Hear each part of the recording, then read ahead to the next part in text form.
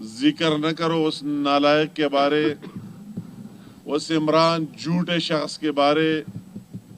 کہ اس نے جھوٹ میں پی ایچ ڈی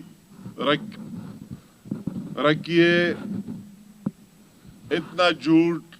کسی اور نے بولا ہی نہیں جتنا عمران نیازی اور اس کے کارندے بول رہے، جن کی حکومت کے آنے کا مقصد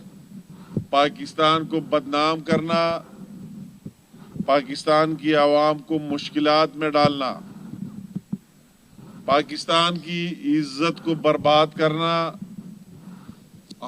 ہمیں ابھی پاکستانیوں کی سمجھ آئی کہ عمران خان کے اکاؤنٹ میں، پی ٹی آئی کے اکاؤنٹ میں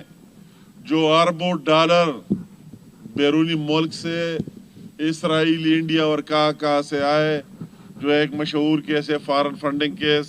اس کا مقصد کیا تھا؟ ابھی ہر ایک کو سمجھ آئی کہ اس کا مقصد صرف پاکستان کو کمزور کرانا، عدم استحکام پلانا اور پاکستان کی وقار اور عزت کو داؤ پر لگانا تھا۔ تو میں کہتا ہوں کہ ابھی بات انتہا تک پہنچی، مہنگائی کا ایک طوفان، ڈالر 180 کو ٹچ کر رہا ہے، یورو وغیرہ 200 سے اوپر چلی گئی، مہنگائی کا طوفان، آٹا کا یہ صورتحال، چینی کا یہ صورتحال،